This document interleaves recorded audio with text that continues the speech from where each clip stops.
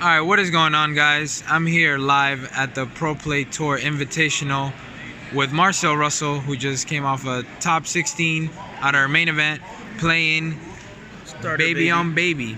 Baby Vegeta, Super Baby 2, out for revenge. That's what I try to beat.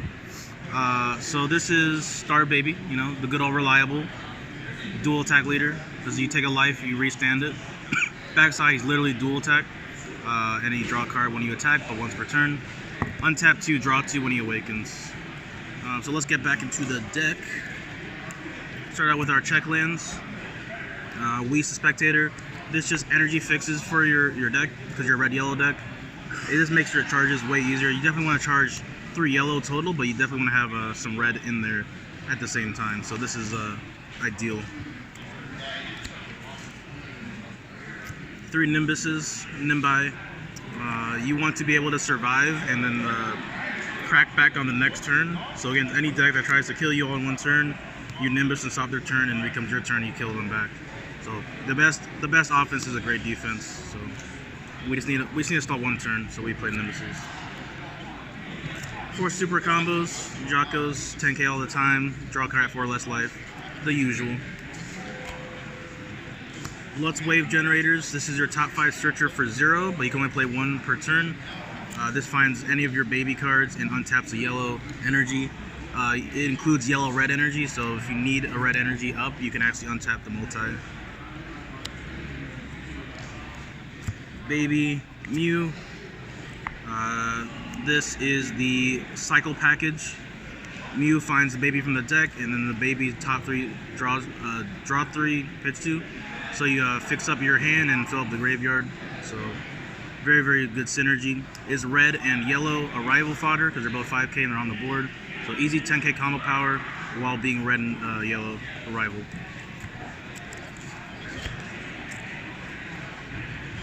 The baby package starts out when you arrival the 4-drop out.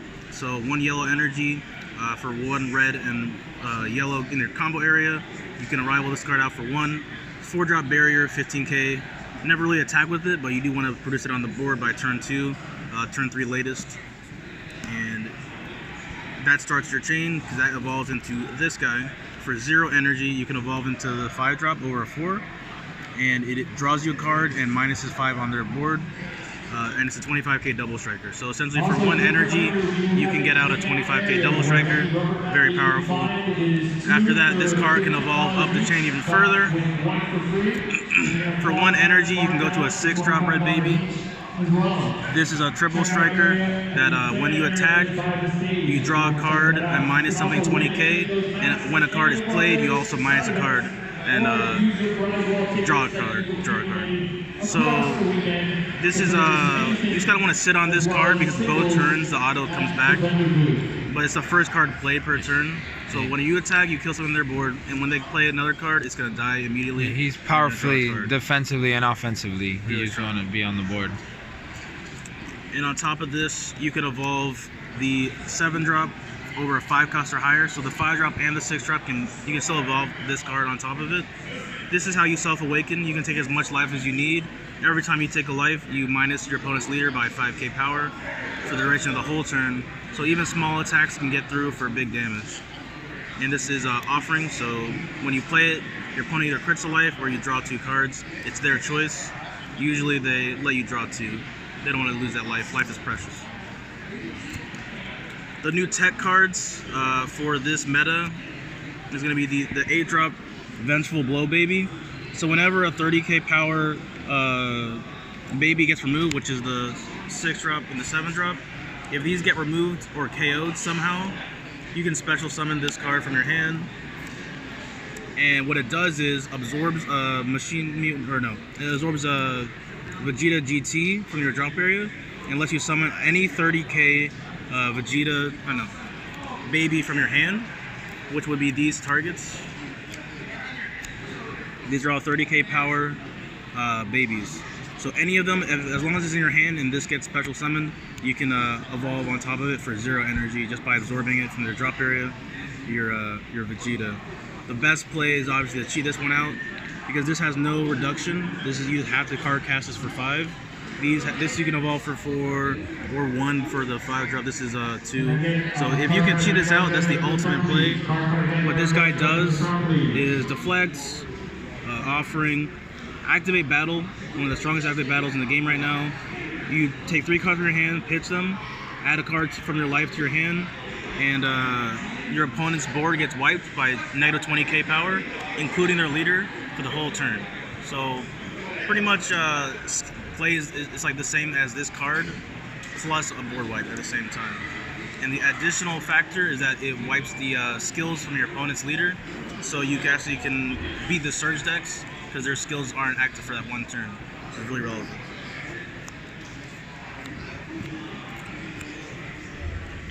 So when you awaken at 2 or less life, which your leader does, you can drop these guys down. As long as you have a red card that's 25k or higher, you can pop it when you awaken to summon a Heartfelt Plea. Offering Triple Striker, very, very powerful, just for 0 energy, just because you have a 25k or higher red card. And since you're at 2 or less life when you awaken, you always play a Pan. This restands any yellow card, including yourself, once per game, per copy of the card. And it is a blocker as well, so just in case you can't kill them that turn, you find Nimbus and have a blocker to try to stay alive for 1 more turn.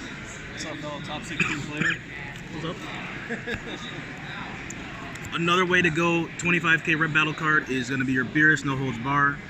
So what this does is a rival for 1 red, 1 yellow, so it's a 2 cost card instead of a 5. You can summon this card during battle and pop a card of 30k power or less, or choose a card ignoring barrier in rest mode and keep it in rest mode until the beginning of your next main phase. Including leader cards, right? Including leader cards. So that's a really good way to beat the mirror match if you're trying to keep it stuck, or early stun of the Surge leaders, cutting off their card draw, or Janemba to cut off their card draw. But mainly you just want to be able to pop a card, maybe a mirror match 30k Triple Striker, and just pop that, summon this, to be able to pop it for Heartfelt Plea. So a very good use of that card. And it also helps save you on all-ins. If they try to all-in you on a battle card, you can always pop it mid-battle before any of the combo is added. 1 Swift Retaliation Cooler. This is your battering laser for the deck, but it costs 3. That's why you have to charge in a certain way, because it's 3 yellow. And it's one of your most important cards because it lets you pretty much instantly win the game on the turn it's played. If you're going for a turn 1, all-in-one turn kill, this is kind of important for that. That's why you would need to charge 3 yellow energy. So if they try to negate your attack with like a Topo or a Flying Nimbus, you just play this and it stops, it goes straight to the drop area. And you gotta keep going on with whatever the attack was at the time. So it's very, very important, and it draws you a card when it's played. And it's a 15k attacker, so when they're minus, it's really relevant. The last 2 cards, your Overwhelm and your Champas. This is the Bardock. For 4 in your drop, you can send it to the warp and draw 2, pitch 1. So it's kind of the same theme as the Dr. Mew baby. You're just drawing cards and then pitching a certain card of your choice. Filters your deck faster, finds your pieces faster, and is all around a very strong card for 0 energy. Champa, an alternative win condition for pretty much any deck ever in Dragon Ball since the beginning of the game. Set 1. Yeah, it just wins you games, especially on leader swings, because in this game there's so many cards that affect your battle cards mid-battle, like Shugeki Goku. Ever since that happened, that you need to be able to swing on your leader and dump all your cards on that swing, because nothing really affects leader cards mid-battle. So that's the main board. Unfortunately, in Top Cut, they wouldn't let me play this card because on my deck list, I printed it out from DBS decks and it wouldn't show up on my list. So I couldn't play this card in Top Cut. It was really relevant. Could not inch out those extra points of damage. So for sideboard, 1 more copy of Cooler. When you're confident in a matchup that all you need to do is stop their negate for the turn and you win, you sideboard another copy of it in. I like to use Surge Q a lot. Another Nimbus. This is for the mirror match. If you end up going second, you really need, like, the only way to survive in OTK is Nimbus.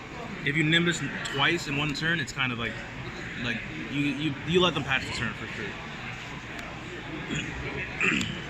Blue matchups, Tien. They have a whole bunch of Sensu Beans, Dimension Magics, and all that nonsense. You just shut it off right there. So TN is very, very strong in that regard. Still good until it's banned recently. It's gonna be gone soon. So Heavenly Wizard Demigra. This card is really good against two decks, Brawly Surge and the Mirror Match. So we both drop really, really high cost cards, 30k power, by like turn 2, turn 3. So this gets rid of it instantly just by comboing this card. So you definitely sideboard this card in there. Against Hatchiyak, you're going to play Through the Dark Banisher. So this is an 8-drop and it attacks multiple times. And it also like hurts their hand size if they try to use any skills to get out of the damage. Now we have a whole bunch of 1-ofs. So this is also for Hatchiyak and also Surge decks. So this card is very similar to the 5-drop where it shuts off their skills for the turn. And also gains 5k power for every baby in the game. So itself, the leader, little 1-drops, they all get a little 5k modifier, which is really relevant for a dual attack leader because he can attack and keep the buff on for both attacks. And this becomes a 25k power card, and he's red, so pop it for Heartfelt Plea. Great synergy there. Another copy of this guy, again for Surge leaders and Hatchiyak. You want to shut off your opponent's leader skills. It's getting to that point in Dragon Ball where you need to shut off your opponent's leader skills. They're just too strong.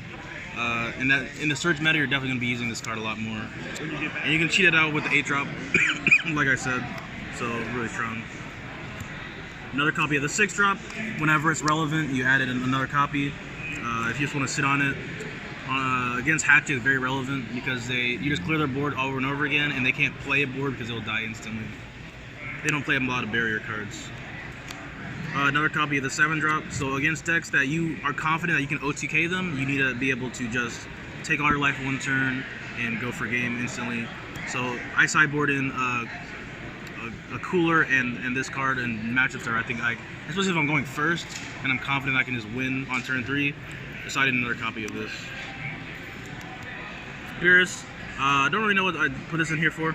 Can't really remember, but it's cool. In any matchup that I need to... Oh yeah, so against the Brawly Surge, I didn't play against one, but I definitely played against it before I got here.